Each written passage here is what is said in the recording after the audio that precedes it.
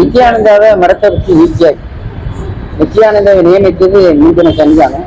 அவரே அவர் காலத்தில் நீக்கியாச்சு. அவன் சும்மா கேஸ் ஆடிக்கிட்டு மரத்துக்குள்ள நுழைஞ்சாலும் நான் விட மாட்டேன். நாட்டுக்குள்ள வந்தாலே அரசு இடைத்தேர்தலின் போது ஆளுங்கட்சிக்கு தான் வெற்றி பெறுவாங்க. எதிர்கட்சி ஒரு கால் பாமக வெற்றி பெற்றாலும் உண்டு, சொல்ல முடியாது. ஆளுங்கட்சிக்கு ஏதாச்சும் சர்க்கிள் வர வாய்ப்பு அதெல்லாம் சொல்ல முடியாது. ஏன்னா ஆளுங்கட்சி இதுதான் அதிக செல்வாக்கு உண்டு. எப்பவும் இடைத்தேர்தல் வந்து ஆளுங்கட்சி தான் வெற்றி பெறுவாங்க.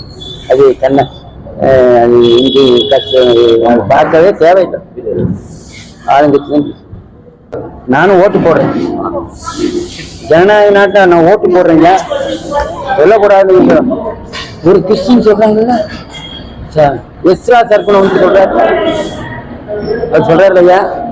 அப்புறம் ஏன் நாங்க சொல்லக்கூடாது?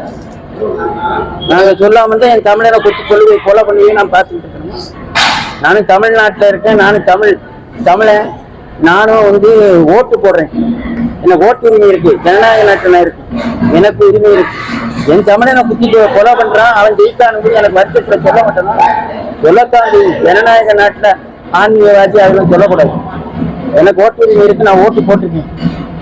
வைத்தியெல்லாம் சொன்னேன். என் தமிழனை கொத்தா இலங்கையில கொன்றார்களே, அவர்கள் வெற்றி பெற்றிருக்கார்கள். எங்க மக்கள் மறந்துட்டாங்க.